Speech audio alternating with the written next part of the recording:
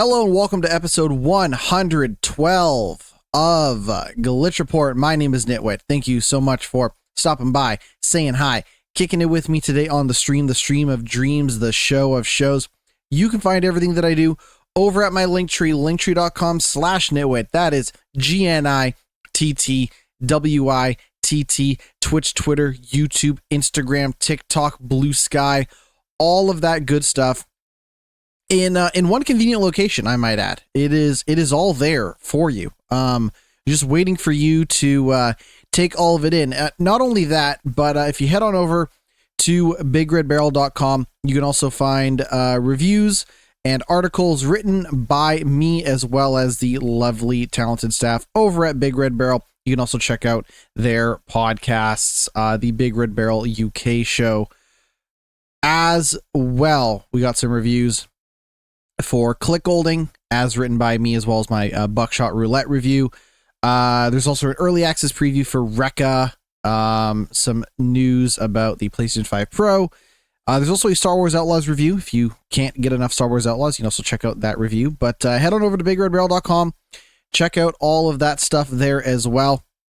Right off the top, we're going to talk Buckshot Roulette. We're also going to talk Click Golding on the podcast today. I've talked about Buckshot Roulette earlier on in the year, and then I went ahead and actually reviewed the game, wrote a review for Big Red Barrel, so I'm going to talk about that on the show today. And then it didn't take too long for me to bust out a review for Click Golding. I have played through and reviewed Click Golding. We're going to talk about that on the show today, and also talk about Space Marine 2. That's the Warhammer 40,000 Space Marine 2. Lots of games to get to in terms of discussions of games on this podcast today. But not only that, a huge amount of news. And I'm going to bring together a segment today that I would like to call I Am Not a Lawyer. I'm not a lawyer. I don't know anything about law. I'm not an expert in law of any kind. But we're going to kick the show off with me pretending to be a lawyer, because breaking news, or perhaps the top news story of this week, is that Nintendo and the Pokemon Company are suing Palworld developer Pocket Pair. The two companies allege that Palworld infringes on multiple patent rights. So, cannot stress enough that I don't know what patent law is like. I don't know what regular law is like. I don't know anything about anything. But I especially don't know anything about laws, what laws Pocket Pair may or may not have broken. But we're going to try to cover this to the best of our ability, so follow along with me. Perhaps you and I will learn something together. This is being reported by Video Games Chronicles. As always, shout out to Video Games Chronicles. Before we get too ahead of ourselves, Pocket Pair has responded to Nintendo. They put out a statement of their own. But this is what you need to know. This lawsuit was filed in the Tokyo District Court and seeks an injunction against infringement and compensation for damages on the grounds that Palworld, a game developed and released by the defendant, infringes multiple patent rights. Quote, Nintendo will continue to make necessary actions against any infringement of its intellectual property rights, including the Nintendo brand itself, to protect the intellectual properties it has worked hard to establish over the years. Let's go, just before we get too ahead of ourselves, let's go ahead and actually cover what it is that Palworld developer Pocket Pair said. Quote, yesterday, a lawsuit was filed against our company for patent infringements. We have received notice of this lawsuit and will begin the appropriate legal proceedings and investigations into the claims of patent infringement. At this moment, we are unaware of the specific patents we are accused of infringing on, and we have not been notified of such details. Pocket Pair is a small indie company based in Tokyo. Our goal as a company has always been to create fun games.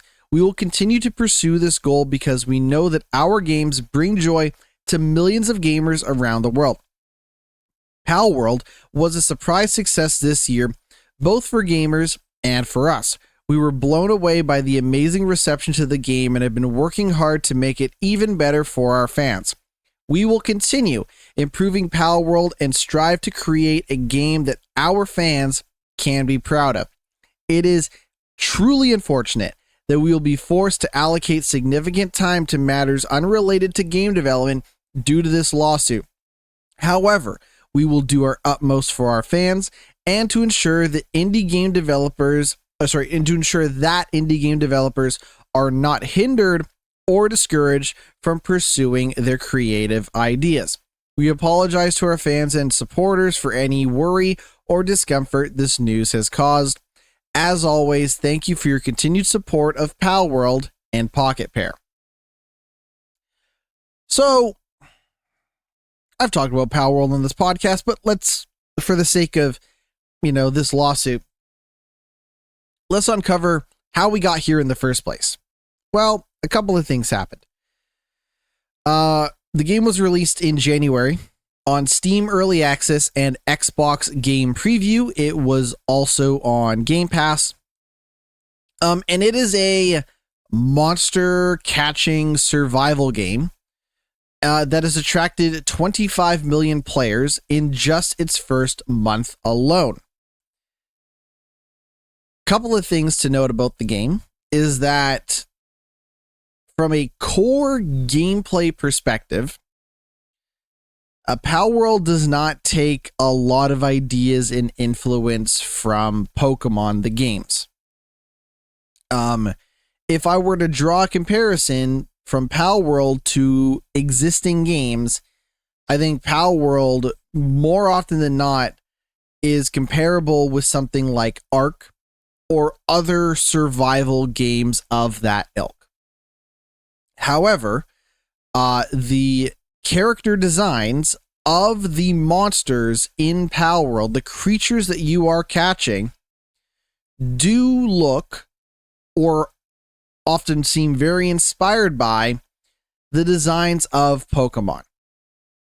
That could be one creature or another. But like when you look, if you were to just squint at Palworld, you might look at it and say, hey, this kind of looks like Pokemon. Once you actually spend some time playing it, you'll realize that it doesn't actually have that much in common with Pokemon, other than the part where you are catching monsters in this world. You are using those monsters to fight on your behalf, taming those monsters, leveling those monsters. But, Palworld is a game in which you need to build a camp and mine resources and, kind of live off the land, which is not something that the Pokemon games dabble in. Not even close. Even Pokemon spin-offs do not lean into a survival building crafting game the way that something like Palworld does. But, and I can't stress enough, the character designs of those monsters and creatures in Palworld do look heavily inspired by, if not outright, taken great homage with the designs of Pokemon. So I'll just say that. This is where I get into a situation where I don't know how patent laws work. Can you patent? You can own the copyright, the trademark, all that stuff, but can you patent the design of these creatures and then sue somebody for patent infringement? I just don't know. If you would like to argue that the simple act of catching the creatures in Palworld, using them to fight and stuff like that, the way you interact with the Palworlds is a infringement of the patent of Pokemon games, I just don't know where the patent is. Is the patent in the design or of the characters, or is the patent in the gameplay? I have bad news for Nintendo if they think the patent is in the gameplay. because there are a lot of Pokemon knockoffs that currently exist. A great example that comes right off the top of my head is Nexomon. Nexomon has a variety of games in its franchise, and it takes heavy influence from Pokemon. There is Nexomon, Nexomon Extinction, and they've already announced a game called Nexomon 3. And when you look at the characters in Nexomon, the creatures in Nexomon, yeah, it kind of looks like Pokemon, but also it deals even more directly in the turn-based combat nature of Pokemon. In fact, if you look at just Google a Pokemon battle, whatever. If you look at a battle in Pokemon and then you look at a battle in something like Nexomon, and I'm not trying to like blow up Nexomon's spot. I'm not here to be like, oh my God, I can't believe this, and this, like fucking, what do I know? But Nexomon looks awfully similar to Pokemon. Dragon Quest Hunter is another game that kind of leans into that style of turn-based combat and monster taming. There are many of these games that exist. Cassette Beasts, similar thing. Some have argued that Palworld, takes a lot of influence from Digimon and not Pokemon. So I just don't know where unfortunately I don't know, and we don't know, based on reporting, where the patent infringement is, right? Video Games Chronicles goes on to say that although the gameplay of Palworld is vastly different from the Nintendo series, debate swelled around the perceived influence its character designs have taken from Pokemon and whether it could be interpreted as plagiarism. There were even some accusations that Palworld's 3D models were nearly identical to those found in Pokemon games, with two experienced AAA game artists telling Video Games Chronicles that if this was indeed the case, it would likely indicate that Palworld's character models were based on Pokemon assets. But again, and even Video Games Chronicles says this, since the lawsuit filed is a patent suit and not a copyright suit, it is suggested that Nintendo and the Pokemon Company's complaint is likely based on gameplay inventions rather than similarities between character designs. David Hansel, who is a intellectual property and digital media lawyer at Hansel Henson, spoke with Video Games Chronicles earlier in the year and said that Nintendo would need, quote, a smoking gun for any copyright case to be successful. And I mean, that just goes with, laws, right? That just goes with, hey, are you suing somebody? You better have a smoking gun, right? Because David Hansel says, it's down to Nintendo to absolutely prove copying, not merely taking influence. It's got to be obvious copying. You look at one picture, you look at the other alongside it. The industry would have come to an end years ago if you weren't allowed to take influence. You can't have a monopoly on a certain style of artwork. It literally has to be copying.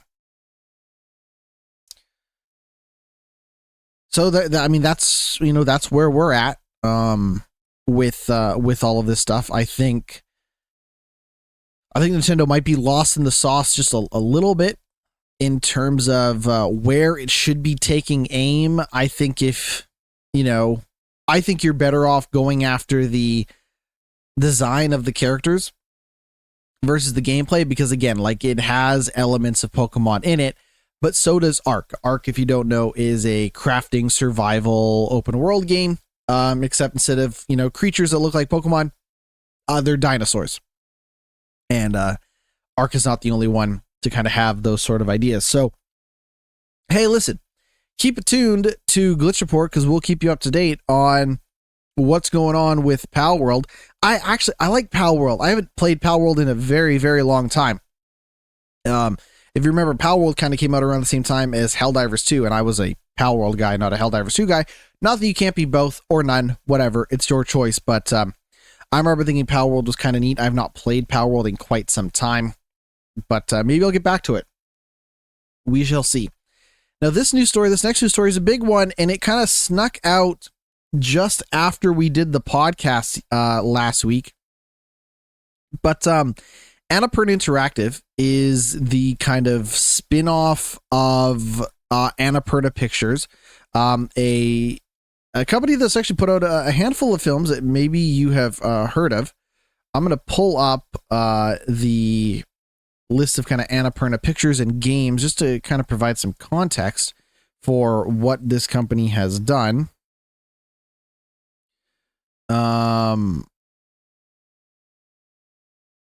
They've distributed movies. They have produced movies. Just looking at a list, they produced a movie called Night Bitch.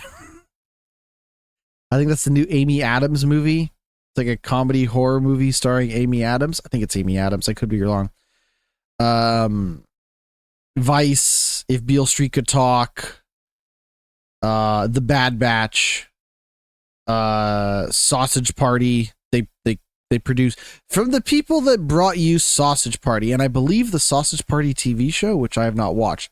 Anyways, Annapurna, a name in film and TV production, though more recently have, I think, gone on to be more notable for their games, if anything. So I'm just pulling this up just before I kind of hit you with the news, because I think there's quite a bit to know about Annapurna. Yeah, Annapurna, I would say, more prominent in the game space as of recent than movies, in terms of games that they've published.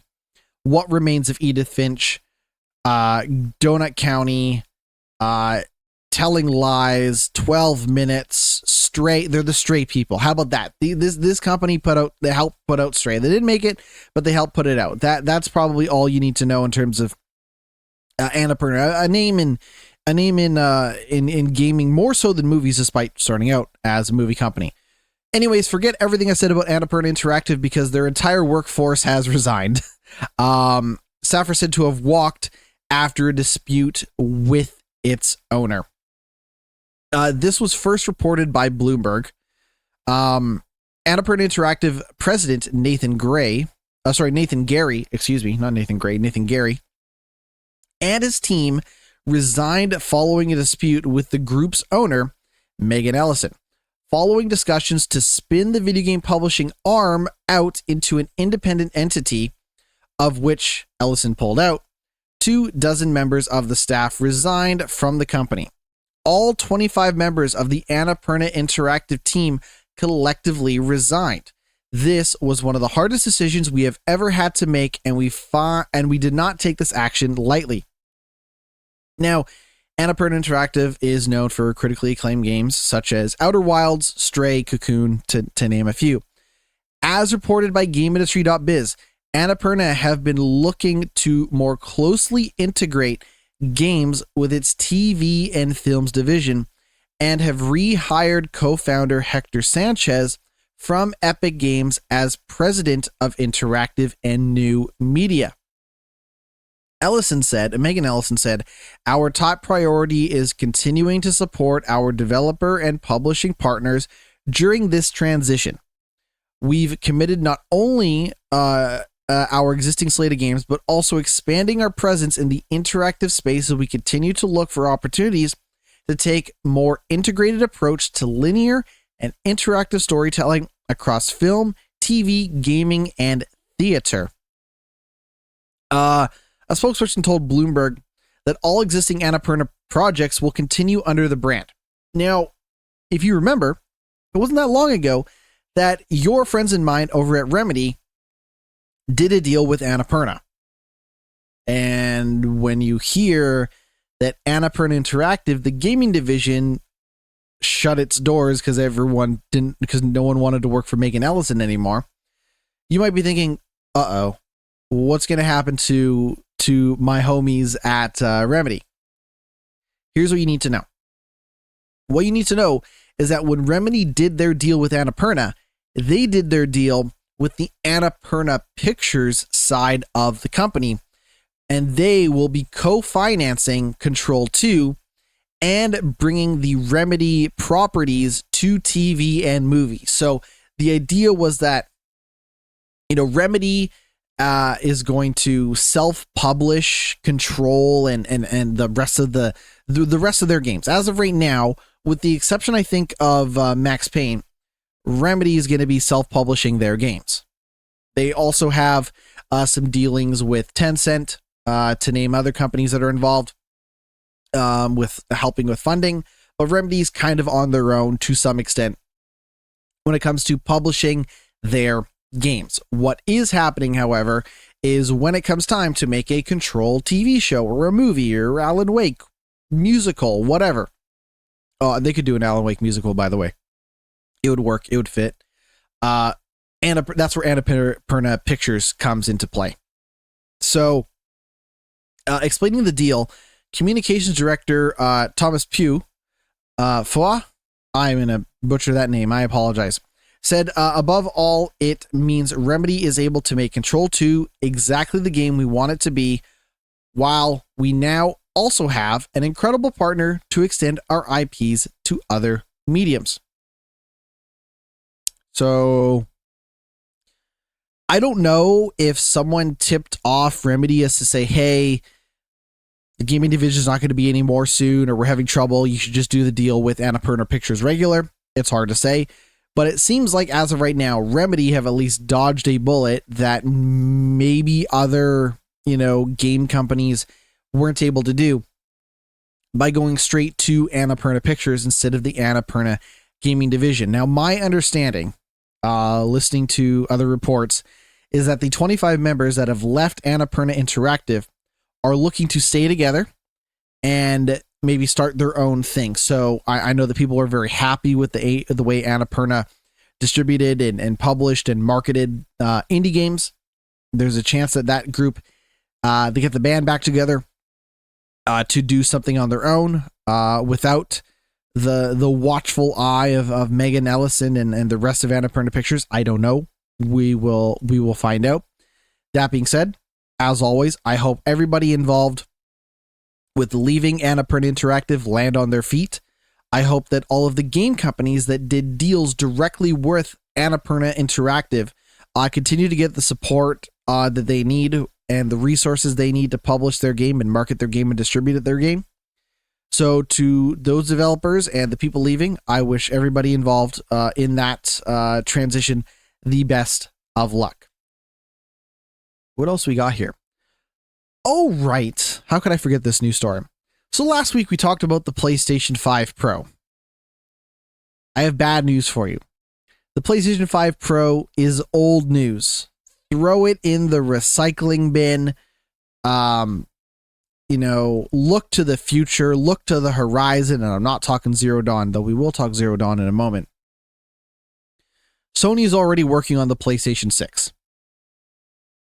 Let's just get that out of the way. It's been, reports have been coming in that Sony's working on the PlayStation 6. Now, in fairness, of course they're working on the PlayStation 6. Everybody's working on prototyping, researching, developing some sort of new hardware. It just depends on how long they want that in development for before it releases. Sony was working with a variety of companies to see who they wanted to contract to be the main processor supplier for the PlayStation 6. For the last couple of years, for the PlayStation 5 and the PlayStation 4, AMD have been the company that have designed and manufactured the chip that the PlayStation 4 and PlayStation 5, as well as the PS5 Pro, use. What that means is when you have a chip made by the same company, you can apply similar architecture to allow for things like backwards compatibility to be easier. It's kind of why you don't see PlayStation 3 games running on PS4, or how at the start, PS3 consoles supported PS2 and PS1, but then that stopped being the case because they were using that processor to emulate the PS2 and PS1. They weren't even natively running the games. But basically, by having the PS4, use similar architecture as the PS5 and the PS5 Pro, that's how backwards compatibility, happens. Am I saying that backwards compatibility is a slam dunk guarantee with the PlayStation 6? I would say there is a 99.9% chance that we will see backwards compatibility with PS4 and PS5 games on the PlayStation 6. But let's go more to the story. Sony was talking to Intel and other companies, but went with NVIDIA, and the platform holder reportedly prioritized PS5 backwards compatibility with its decision, but there's a little more to it than that. Routers sources claim that AMD landed the contract through a competitive bidding process which took place during 2022 that eliminated other companies such as Broadcom and Intel. AMD also created the custom system on a chip for PlayStation 5 and the forthcoming PS5 Pro, and that was a crucial point in Sony's decision for PlayStation 6. The publication claims that moving from AMD, which made the PS5 chip, to Intel would have risked backwards compatibility, which was the subject of decision between Intel and Sony engineers and executives. Ensuring backwards compatibility with prior versions of the PlayStation would have been costly and taken engineering resources. Allowing PlayStation users to play the games they have purchased for older systems is a feature Sony often includes in next-generation systems. That hasn't always been the case, because the PS4 had no backwards compatibility, and the PS3 had limited backwards compatibility at best. By the end of it, I had a PS3 that could do PS1 games, but not PS2 games. And I believe by the end of it, that cycle, you could even play PS1 games on a PS3. Now, rival chipmaker Intel reportedly met with Sony in 2022, including meetings between the two companies' CEOs, dozens of engineers, and executives. A dispute over how much profit Intel would make from each chip sold blocked it from settling on a price with Sony. In response to Reuters reporting, an Intel spokesperson said, "We strongly disagree with this characterization, but are not going to comment on any current or potential customer conversations. We have a very healthy customer pipeline across both our product and foundry business, and we are squarely focused on innovating to meet their needs." Sony and Broadcom did not respond to request a comment, and AMD just straight up declined it. Now, according to documents that were published as part of a court battle over Microsoft's Activision Blizzard acquisition, Sony doesn't expect to launch its next-gen console until 2028 at the earliest. So if you bought a PS5 in the last year or so, you're probably okay, unless new PS5 games that come out, in the near future run and perform like crap on your base level PS5 because of the support that they receive on the PS5 Pro. I doubt that will be the case. I just suspect that while there'll be no bad version of a PS5 game depending on the console, I do suspect there will be a best version of a game depending on which console you have. That is all to say that, we're getting almost to the end. We're almost getting to the end of 2024. So just keep that in mind in terms of how long you could probably expect to be getting brand new, consistent 100% support for your PS5 or Pro for that matter. I just have a hard time kind of getting excited about the PS5 Pro, knowing that the PS6 isn't that far away when all is said and done. And not only that there is a pretty good chance that because Xbox is not doing a half-step Xbox Series X Pro console, that Xbox will most likely try to get the next console generation started earlier for them by putting out a new Xbox, a new generation of Xbox sooner rather than later. I also suspect that Xbox will not repeat the mistakes that it made this generation, and they will not do a split console like they did with the Series S and the Series X. There may be hardware differences, there may be multiple versions, but I don't believe they will do the same performance differences like we saw this console generation. So, am I really going to put my bets on the table right now based on everything we know? I would say be prepared for an Xbox Series X holiday 2026. And I would say be prepared for a PS6 holiday 2028. These are my predictions. I don't know. I'm not a lawyer. I'm just a man with a podcast. But that's what I think, based on this idea that being said, if it is a brand new console generation that has a 2-year jump on the PlayStation 6, in Xbox's case, that would be a little crazy. Maybe they get a year. They had about a year during the Xbox 360. So for those who don't know, the Xbox 360 came out about a year before the PS3 did, and that helped contribute to the huge win that Xbox had that console generation over something like the PS3. Now, obviously, the Nintendo Wii came out and blew both those consoles out of the water, but still, if we're talking the main hardcore gamer graphics focused consoles, the 360 was far more popular, and in part because of the extra year it had when it released early compared to the PS3. If I'm Xbox, I'm hoping I can replicate something like that with the new console generation. It just depends on if they're going to be able to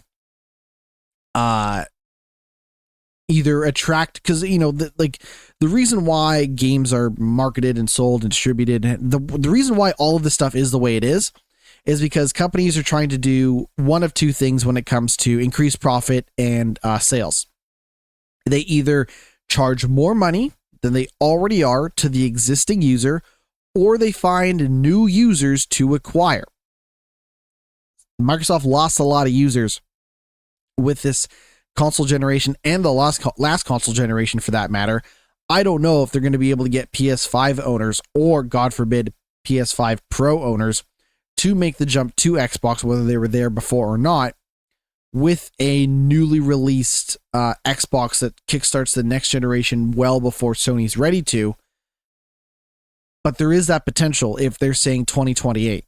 Like 2028 is far enough away that Xbox could seriously make a move, whether it's successful or not. That all remains to be seen. I tease this. Let's talk about it. Horizon Zero Dawn ... Remastered has been rated by the ESRB. Video Games Chronicles reported on this back in 2022, saying that the game will come to both PC and PS5. However, it was only 2 years ago from that reporting in 2020 that the PC version of Horizon Zero Dawn was released, which had improved draw distance and higher frame rate, but it mostly reused the assets and features from the PS4 version. It is believed that this version of the game will update the character models from the original PS4 release to bring them in line with the PS5 version of Horizon Forbidden West. And also don't forget that PlayStation is also putting out Lego Horizon Adventures later this year, which will come to PS5, PC, and Nintendo consoles, of all things. There's no release information or anything like that. It's just that the game has been, rated by ESRB. I said this on Instagram threads where I've been known to talk a lot of shit. I don't mean to go out of my way to talk shit. I just speak from the heart, whether I'm ignorant or arrogant or both or neither. I'm just trying to tell it like I see it. Sony PlayStation, the company that the arm of PlayStation that produces games for the PlayStation consoles is quickly becoming one of the most creatively bankrupt AAA gaming companies out there today. I'll say it one more time.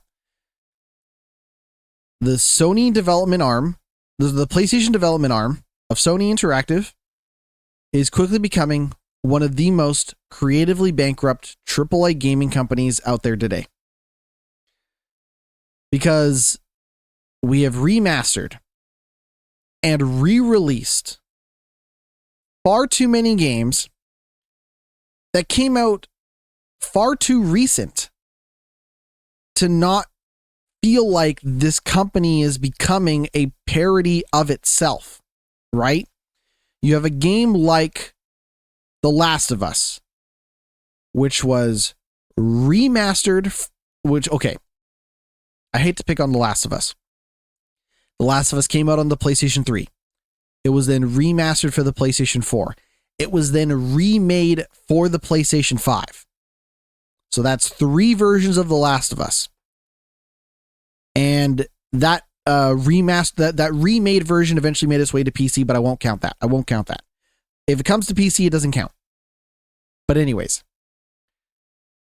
they then made The Last of Us Part 2. So this isn't a perfect timeline, but just bear with me. They then made The Last of Us Part 2. They then remastered, and they put The Last of Us Part 2 on PS4. They then remastered the PlayStation 4 version of The Last of Us Part 2 and put it out on PS5. So that means we have 5 different releases of 2 different Last of Us games. And that is over the span of a very short period of time. The Last of Us came out in 2013, I believe. I want to say it's 2013. No, that's The Last of Us Part 2. Yeah, 2013. So that's 5 versions of 2 games since in about 11 years. That is insanity, as far as I'm concerned. The definition of insanity is repeating the same thing over and over again, expecting different results. I don't know what Sony's results were and expectations were, but that's ridiculous. Okay? Horizon Zero Dawn already looks and runs well on a PS4. It looks and runs even better on a PS5. This feels completely unnecessary. We're also going to get to unnecessary PS5 versions of games in a moment later on the show, when I talk about a different game that's coming to PS5. But make it make sense. Okay? You have a game like Astrobot, which is filled with nostalgia and references and rose-tinted glasses for you to love and make you feel all warm and fuzzy. And it's a game that's filled with the forgotten past of Sony PlayStation's other properties and characters and franchises. Right?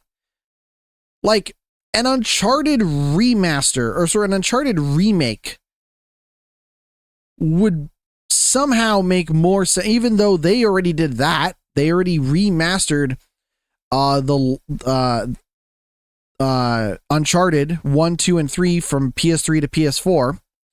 They then remastered Uncharted 4 and The Lost Legacy for PS4 to PS5. So they already did that. But somehow, like, a PS5 only remake of Uncharted would somehow seem less dated and stupid than the idea of a Horizon Zero Dawn remaster.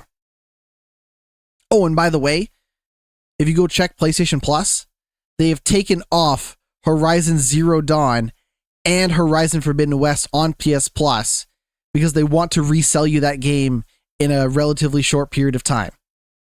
That's right. Unless you own that version already, you do not get the PS Plus versions of Horizon anymore because they've taken it off the store.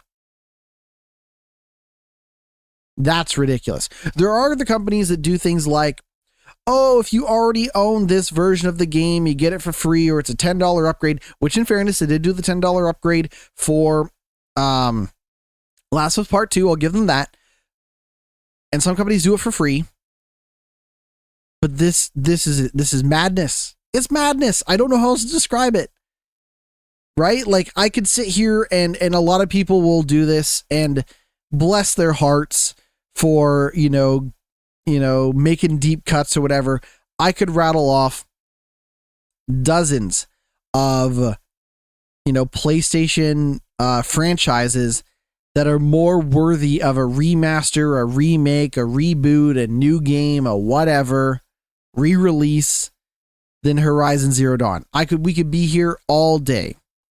Jak and Daxter, Sly Cooper, fucking Siphon Filter, Killzone, whatever. There are so many different things that could be, looked at compared to something like Horizon Zero Dawn. But instead, here we are looking at a PS4 game being like, what if it ran and looked slightly better on a PS5, even though it already runs and looks better on a PS5 anyways? But maybe I'm wrong. Listen, you tell me. You go look at what is currently available on PS4 and PS5 and tell me if I'm wrong. Right? Like, are we seriously going to enter a world in which that God of War reboot gets a PS5 version? Like, is that where things are heading? Because that seems insane. I don't know what to say. Now, there's been some reports and claiming. We got a couple more PlayStation news stories. Just stick with me here. There's been some other reports that the next PlayStation State of Play is happening next week. Sony's reportedly planning a PlayStation showcase for late September. This was reported by everyone's favorite Giant Bomb reporter, Jeff Grubb, who said on September 12th that he expects Sony to hold a State of Play in about 12-ish days. And he doubled down on that in another podcast on Wednesday, saying that Sony's next State of Play is almost certainly happening on the 24th. This is where we could potentially see news about a Horizon Zero Dawn Remastered, and perhaps even some updates on things like Lego Horizons and the new Marathon game by Bungie. It is hard to say. Speaking of Marathon, Bungie is reportedly trying to figure out what to price Marathon at. I don't know if that means that they are close to a release or something of Marathon, but right now Bungie is reportedly considering a $40 price tag for Marathon. Now, $40 is the magic number, and I'll tell you why. That would be following in the footsteps of games like Helldivers 2 and Concord. One game, incredibly successful.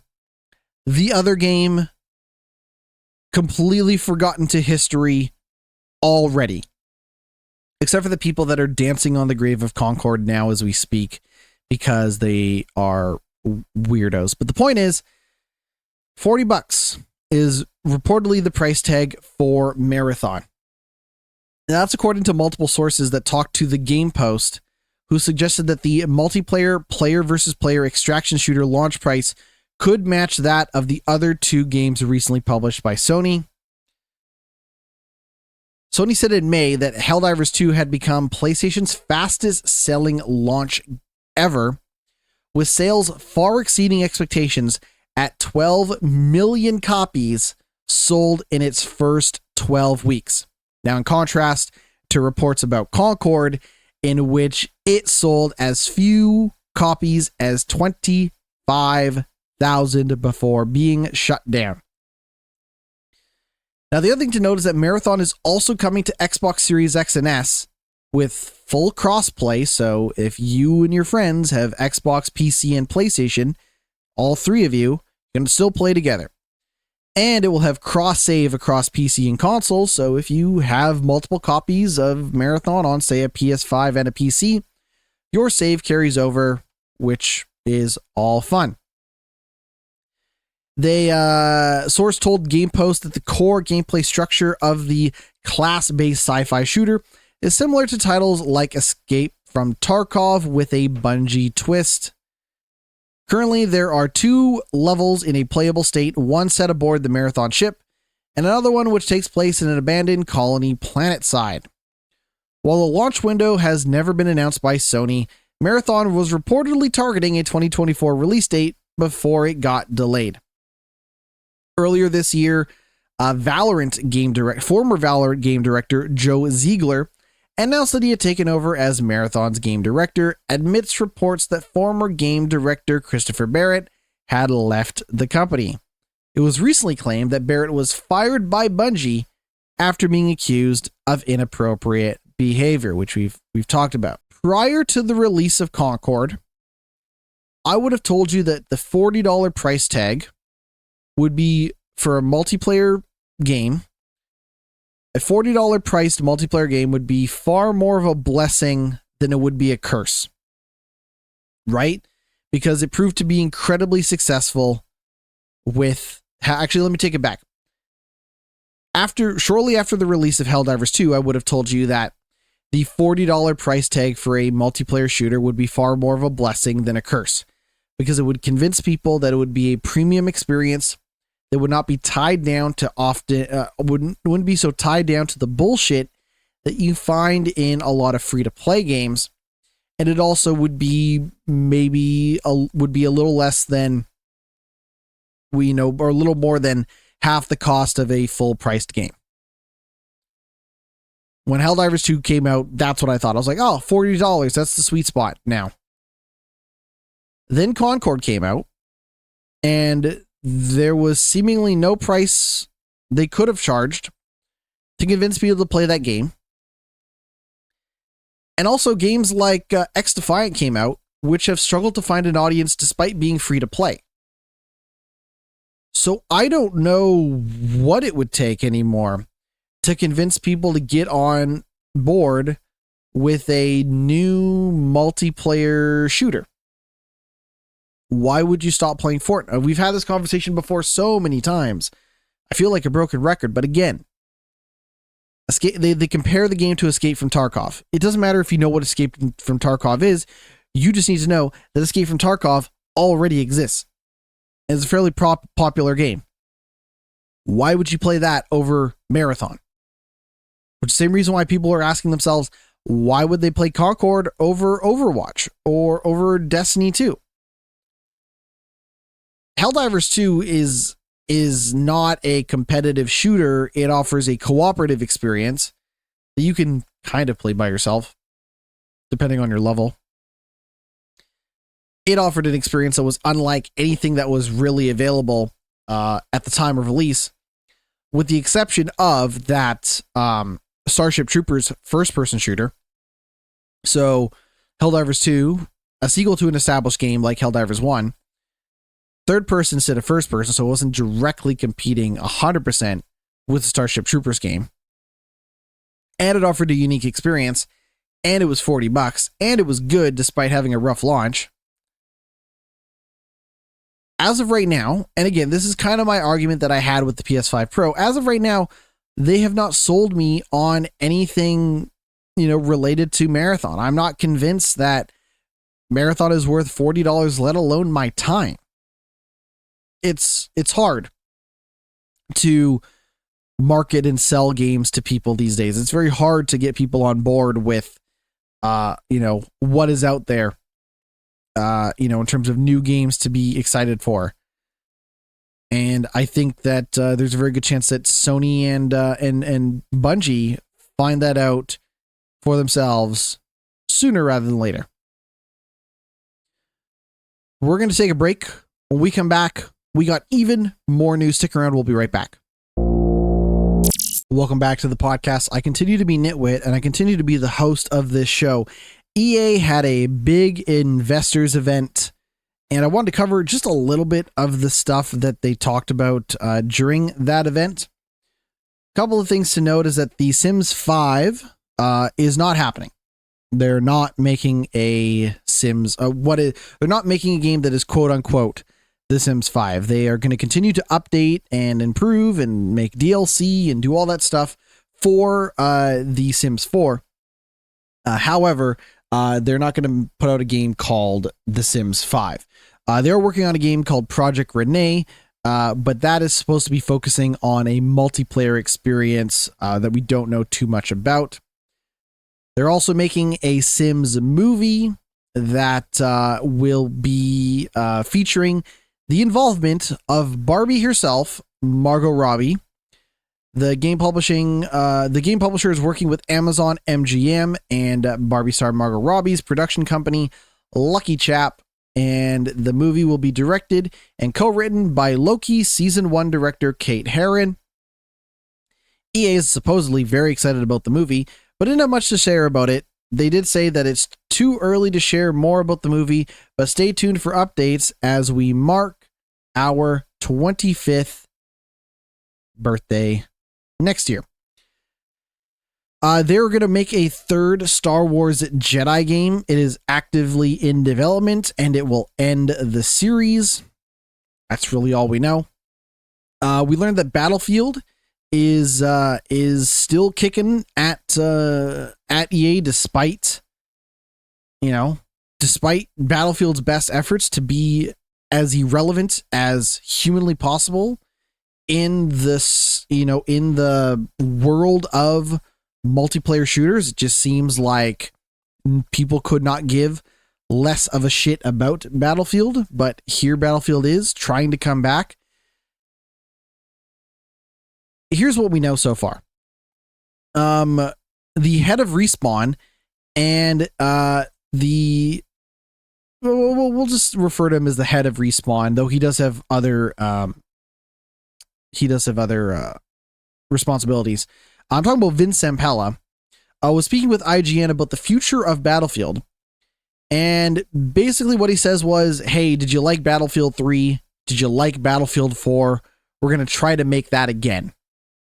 And that's kind of in reference to how, World War I and World War II and Battlefield 2042 just did not hit the way that games like Battlefield 3 and Battlefield 4 did. Battlefield 3, PS3 game, Battlefield 4, a PS4 launch game. And basically what he said was this, quote, I mean, if you look back at the peak or the pinnacle of Battlefield, it's that Battlefield 3, Battlefield 4 era where everything was modern. Vince Zampella said, I think we have to get back to the core of what Battlefield is and do that amazingly well, and then we'll see where it goes from there.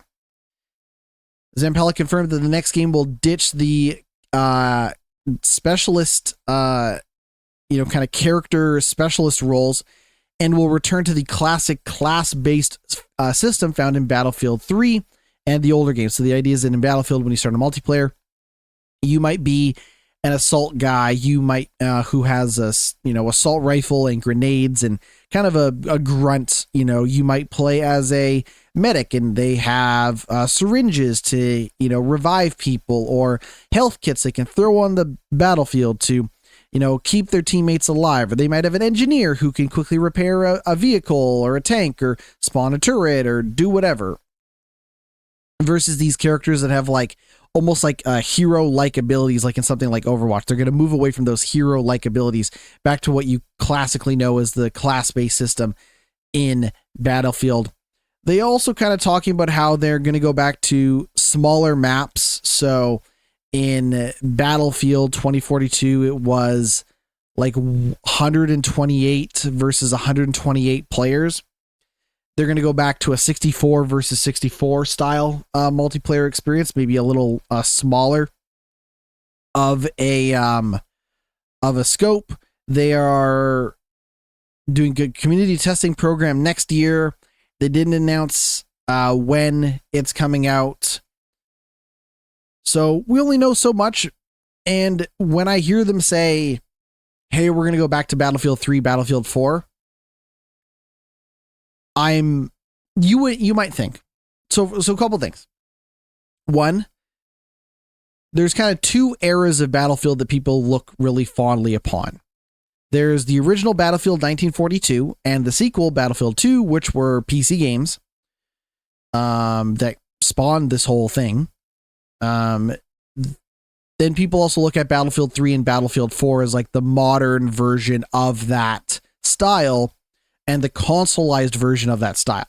Now, if you ask me, I'm a big Battlefield Bad Company guy, but those games focused far more on a single player narrative story that the Battlefield games since then have never, ever gotten right.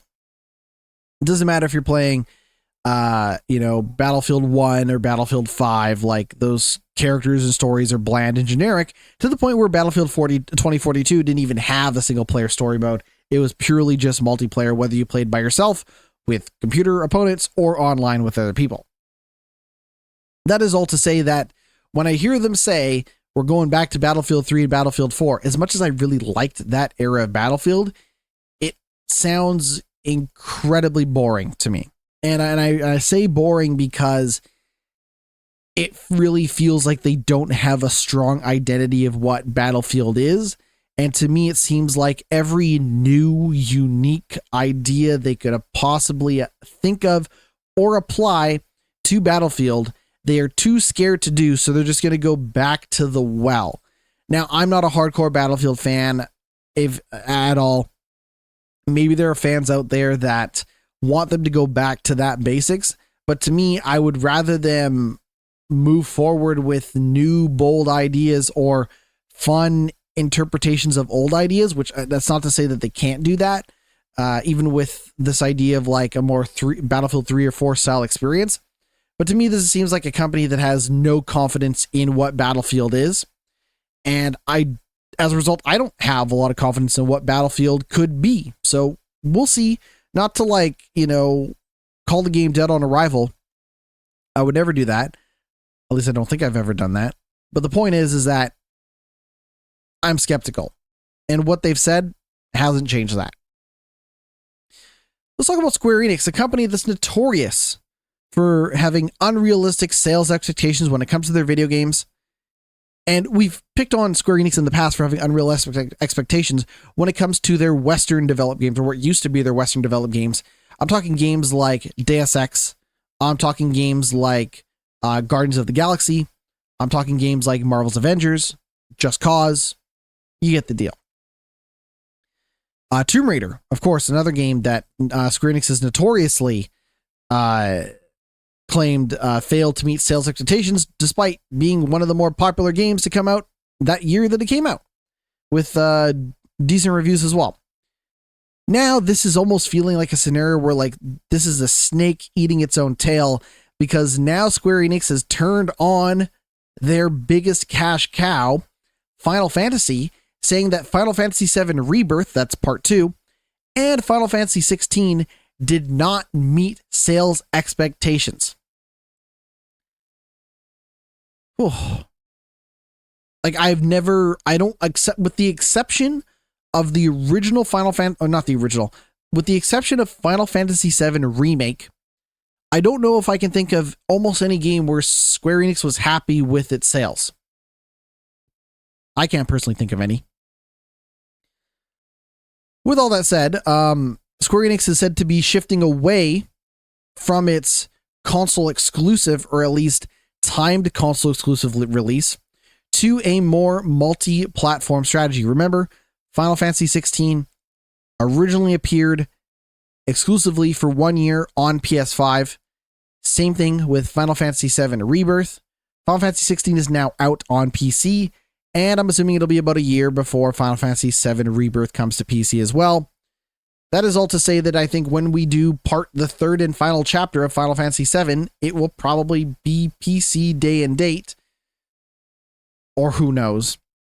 But all reports are pointing to that Square Enix wants to move to a more multi-platform strategy, and maybe that helps with sales. It's really hard to say. Now, this is part of a newly published results briefing, which was originally held in May. So keep that in mind. We're a couple months behind this news, but essentially, the company said that the profits unfortunately did not meet its expectations. Despite the release of Foam Stars, who could forget Foam Stars, and Final Fantasy VII Rebirth in Q4, Q4 as in the end of the first quarter in this year, initial sales were not quite as strong as expected. And that Final Fantasy VII Rebirth was released around 1 month prior to this investor briefing. And that all 3 underperforming games were initially PS5 console exclusives, And as such, it could be argued that had it been released on Xbox Series X and S, and maybe PC, Square Enix could have generated some extra income from them. In the time since this briefing, Final Fantasy 16 has been released on PC. However, Final Fantasy 7 Rebirth remains exclusive to PS5, but its first entry, Final Fantasy 7 Remake, did eventually come to PC. Elsewhere in the briefing, the company says it will shift to a multi-platform strategy. In the case of HD games they refer to as like console and PC games, non-mobile games. We will create a global environment that allows more customers to enjoy our major franchises and AAA titles, including from our back catalog.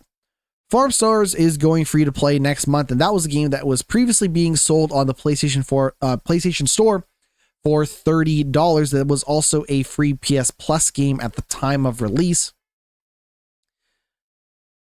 And then you have developers from, Square Enix out there talking that shit. The director for the Final Fantasy VII Remake states that the third part will be one of the greatest video games ever made.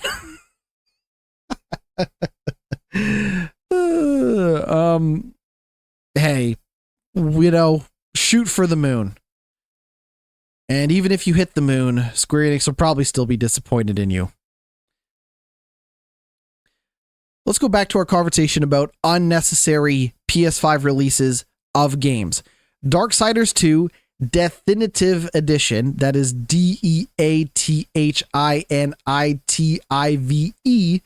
Edition, is coming to PS5 and Xbox Series X and S. Darksiders 2 was a PS3 game that was then remastered for PS4 and Xbox Series X and PC, called Definitive Edition, and is now coming to PS5 and Xbox Series X and S. Stop the madness, I say. Then again, this is being made by THQ Nordic, who are, of course, Embracer Group people, so I'm not going to rant and rave about this the same way I would, because Embracer Group's got to put out something. Shit, they're going to have to make something. The new version will feature 4K visuals, ray tracing, enhanced lighting and shadows, as well as improved loading times and haptic feedback on the PS5 DualSense controller. The upgraded title will hit current gen consoles on October 15th.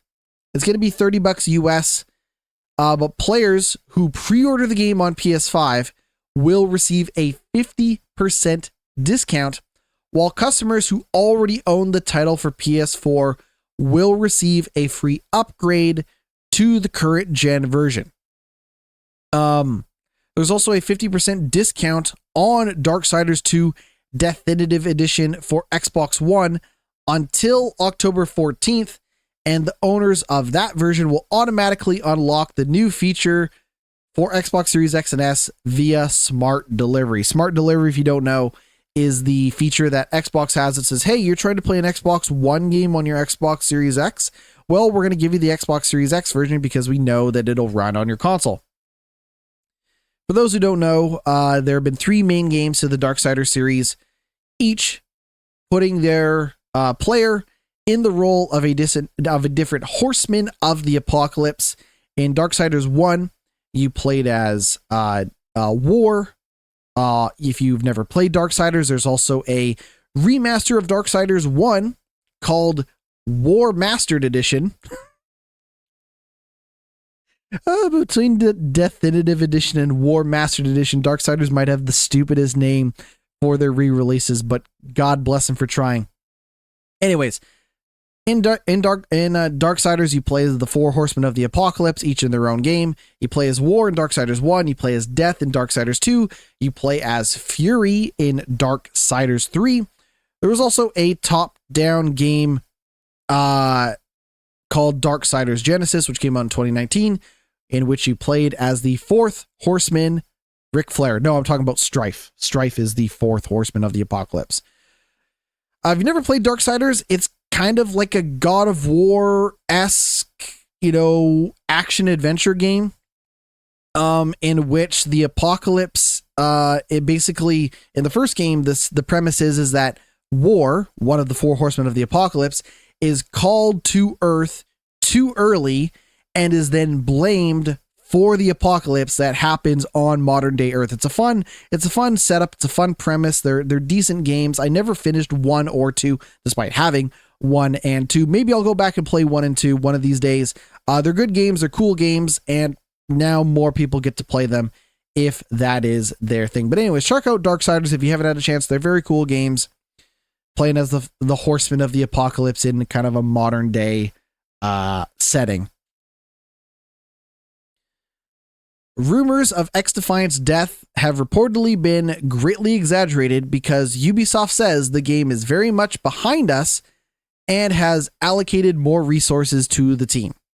So all these people saying that XDefiant is dying, despite them paying you to play XDefiant in the form of giving you $9 of XDefiant funny money and significant decline in Ubisoft share prices, all reports are saying that XDefiant is fine. We're absolutely not dying. So they put out an XDefiant X debrief, which is just call it a debriefing. Ugh. Anyways, they put out a roadmap. They put out like a 20 minute video discussing the future of XDefiant and the roadmap and the updates and the things that they plan on doing. Quote, "We know there are things we need to improve, like the netcode and the hit reg and adding more content to progression, but the game is doing well. We just want it to do better. And we do that by addressing the concerns of our community, which has already been the plan. Ubisoft is very much behind us and has allocated more resources to the team in order for us to do that."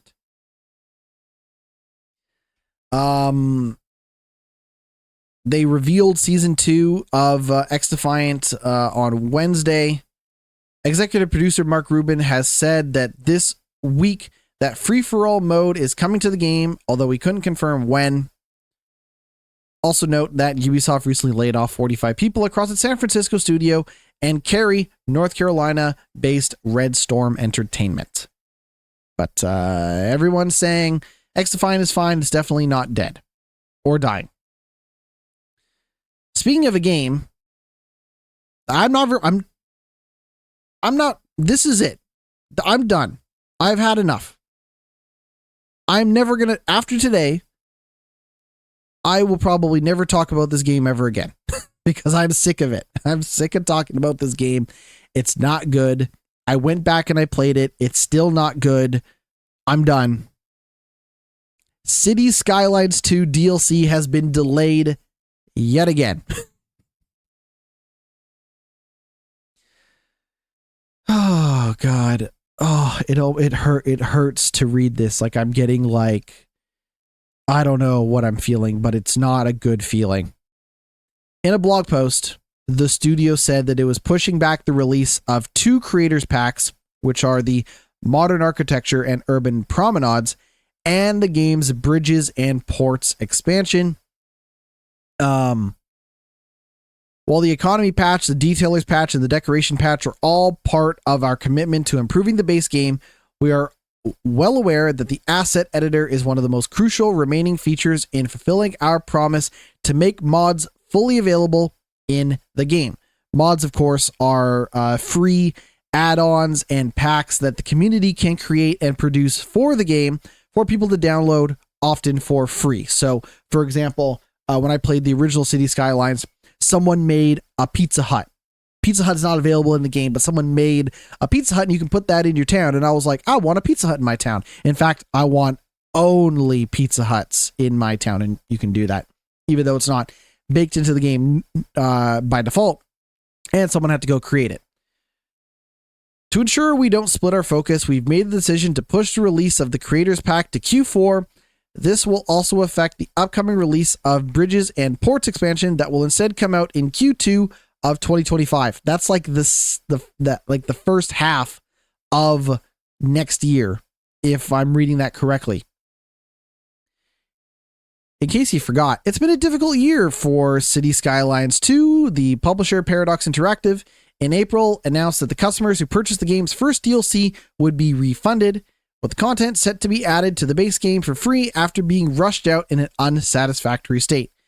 Future paid DLC and the game's console versions were also delayed They then closed Tectonic Studio, which was making the life simulation Sims-esque game Life by You.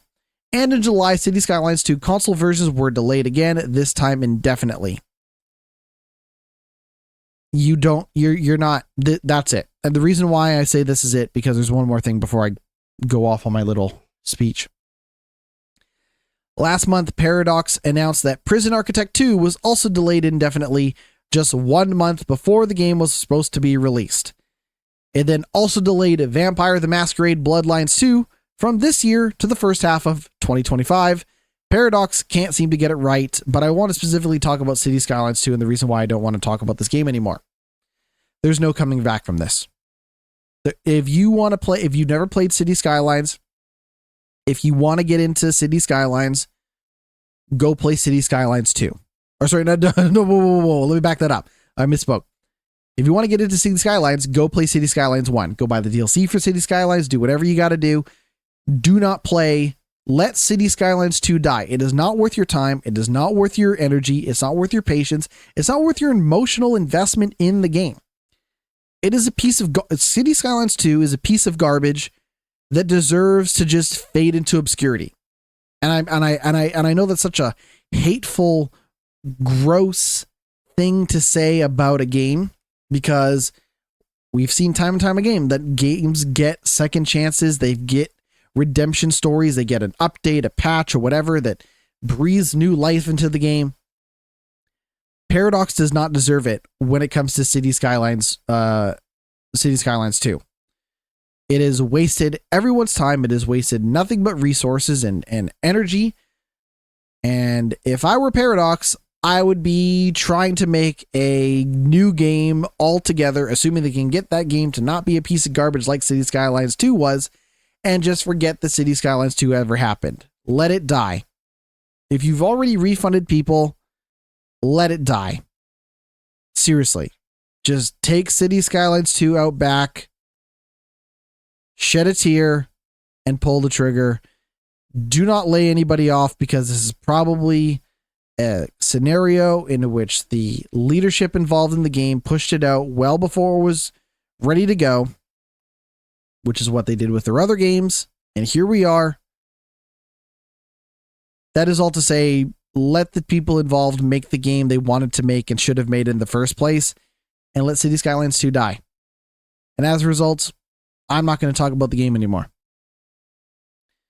That being said, I will be talking about the games that I have been playing. We're not going to do another break. I was looking at the clock. I can get through this, and then we'll wrap this show up. What do you say? Let's talk about the games that I've been playing. So I want to take you back to Buckshot Roulette. Again, that review, if you'd like to read my review of Buckshot Roulette, it is up on BigRedBarrel.com. That is Buckshot Roulette. I did that review on Friday. That review came out at the same time as the podcast. So if you read it already, awesome. If you haven't, this is the first time I can tell you that the review for it is out now. Buckshot Roulette is a tabletop turn-based roguelike game in which you play Russian roulette. It is a Russian, for all intents and purposes, we'll just refer to it as a Russian roulette simulator. And the reason why I say it's roguelike is because it is a very run-based and short game, all things considered. So the idea is that if you lose at Russian roulette, you go back to the start and you play it again, and you just learn. You just take what you learned from the first time playing it. It's not like you're getting upgrades. It's not like you're getting more health or better shotgun damage. You are just learning the rules of the game until you've learned enough to apply it and beat it. There is a little bit of luck, that needs to be factored in, because you are playing Russian roulette after all. But it is a very short game in which you try to win a game of Russian roulette. And then after that, you can, if once you beat it, there's a little story credits ending that's like, hey, you did it. And it kind of shows what happens to your character after you win the game.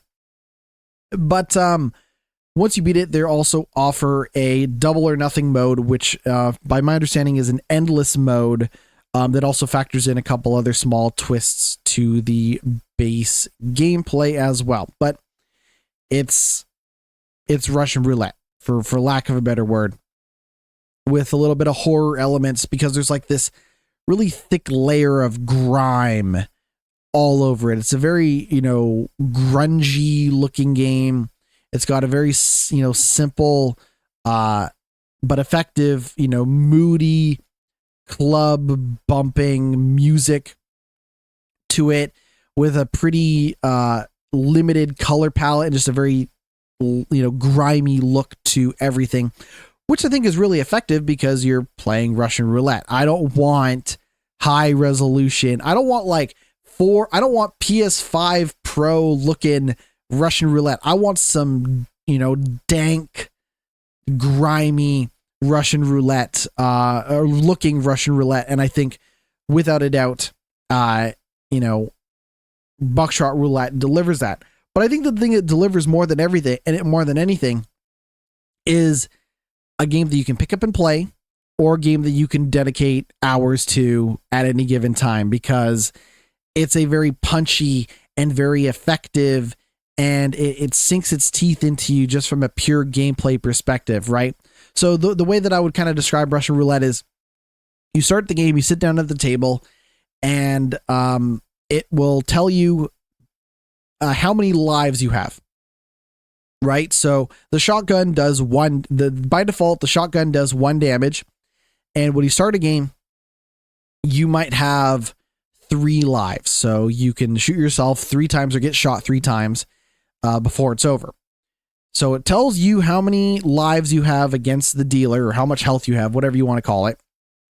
So let's say you start the game and you guys have 3 lives each, 3 health each. It then tells you how many shotgun shells are loaded into the shotgun. And that is also a random assortment, right? So it can be everything from 6 shells, 3 are blank, 3 are live, to 2 shells, 1 is blank, 1 is live. I've seen a variety of shells, even odd numbers mix and match. Like I've seen games where it's like there are 5 shells in the shotgun, 3 are blank, 2 are live, right? So you start the game, the player always gets the first turn, and what happens is it's really simple. You can either shoot yourself or you can shoot the dealer. If you shoot yourself and you shoot a blank, you get an extra turn. If the dealer shoots himself and gets a blank, they get an extra turn, right? So there's this very risk reward system.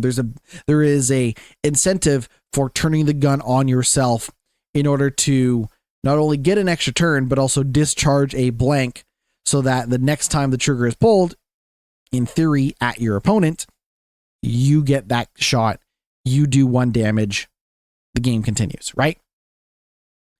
There is a little bit more to it than that, because when you start the game, you also open this mysterious box, which has a variety of items. You can have 6 items, or is it 6 or is it 8? I think it's 8. I think you can have 8 items on you at any given time, and the items do a variety of things. So one of the items that you can use per turn, for the record, you can use multiple items per turn, with the exception of 1, and I'll get to that in a moment. One of those items can be things like, oh, it's a saw for the shotgun.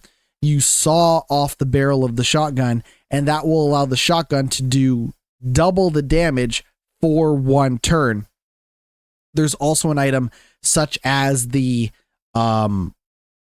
handcuffs, and that handcuffs your opponent for 1 turn, which is cool. The idea is that, I would use the handcuffs when I know that the shotgun has a live shell in it. So when I shoot them, I get an extra turn after they take damage, stuff like that. There's a beer can that you can chug, that when you chug it, it racks out, or dislodges whatever shell is currently in the shotgun. So potentially you are saying, essentially you are dislodging perhaps a blank shell, so that the next time you shoot it, it's a live round, whatever the case may be. Tons and tons of different items. They feel fairly balanced, though the dealer can definitely use those items on you.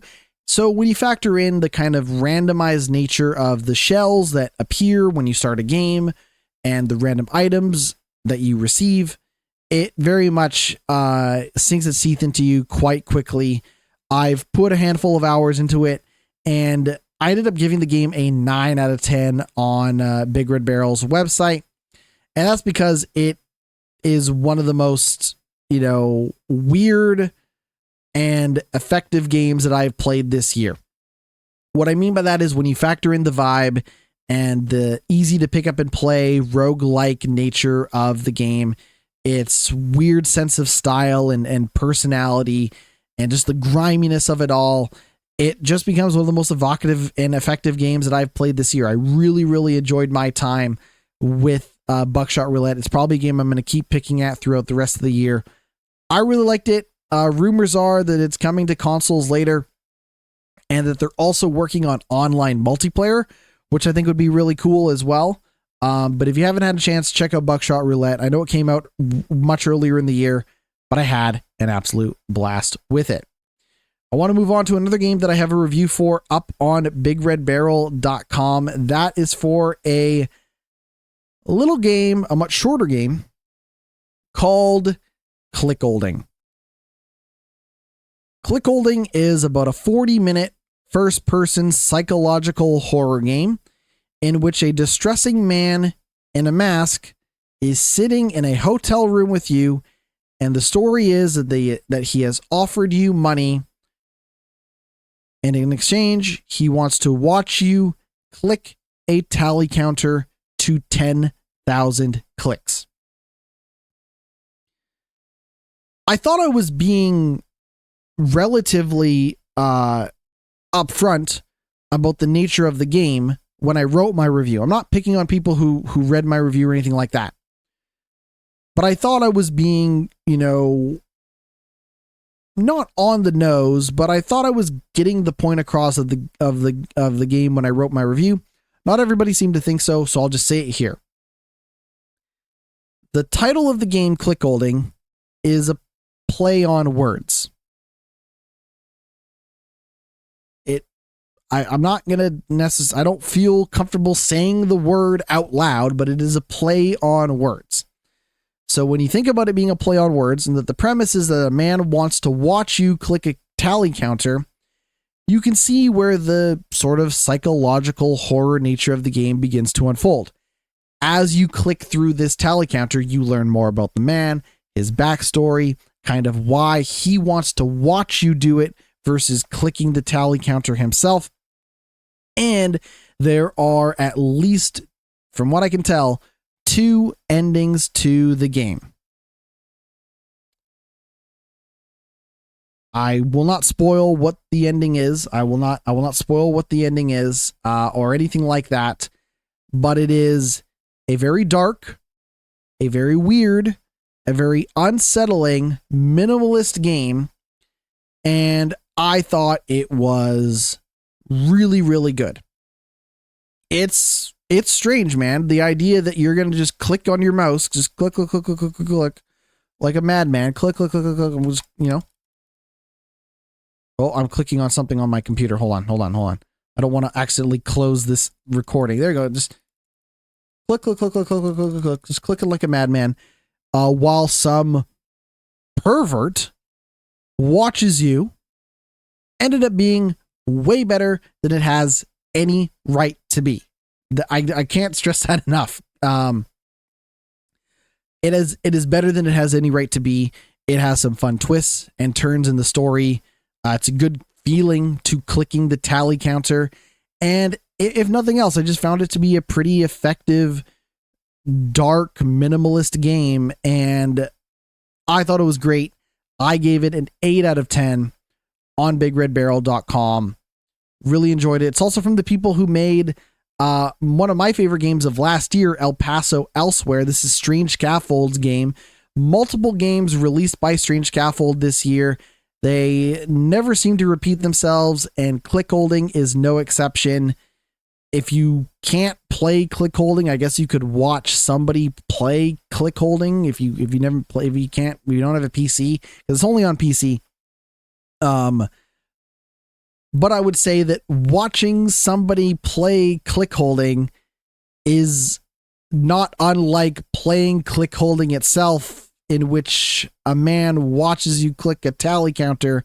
So then you become the person watching somebody watch somebody click a tally counter.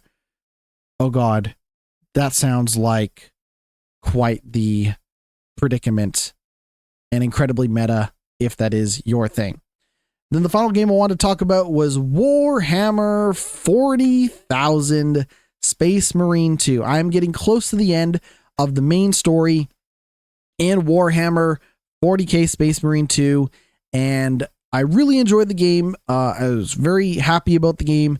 When I was talking about it on the podcast, I have cooled ever so slightly on it because it is a game that has a pretty limited scope. It is a very potent scope in terms of being a badass, off the wall, over the top action shooter.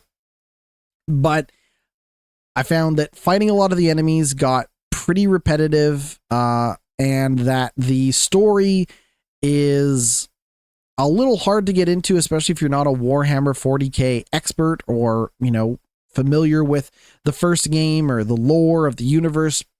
That being said, I still find it to be a pretty effective and fun game. I think it's a little expensive for what they're asking for the game. It seems a little short, but like I said, there is 2 campaigns to play. There's 2 story modes to play the main story, and then there is a, operations mode where you play as a different character going through side stories. And then it also has the multiplayer player versus player competitive shooter. But it's a great looking game. I think that action is over the top and fun. It gets a little repetitive. The enemies get a little samey to fight. They're not that exciting to shoot through, but I've been enjoying my time with it nonetheless. It just maybe does end up feeling like a bit of a B game, a bit of a budgety game compared to other single player, story-based games that are out there today, of which are incredibly limited. So if you're looking for an over-the-top action game with the story, perhaps look no further than Warhammer 40k Space Marine 2, but I would just say that it does end up feeling a little budgety, a little samey, a little B tier compared to other AAA shooter story-based games that are out there. But I really enjoyed my time with it. That's going to do it for the podcast. I have been GnittWitt. You can find everything that I do over at my Linktree. That's linktree.com/GnittWitt, GnittWitt, Twitch, Twitter, YouTube, Instagram, TikTok, Blue Sky, all of that good stuff in one convenient location. And make sure to check out Big Red Barrel. I got a review. I'm going to be finishing a game, which I haven't even started yet, but I'm going to be playing through a little game. One more. I'm thinking let's do one more horror game before Halloween comes out. I'm going to be playing through the Platform 8. I will be reviewing Platform 8, and maybe I'll have more to say on that game next week. Maybe I'll be able to finish Space Marine 2 by next week. We'll find out, and we'll see you then. Take it easy.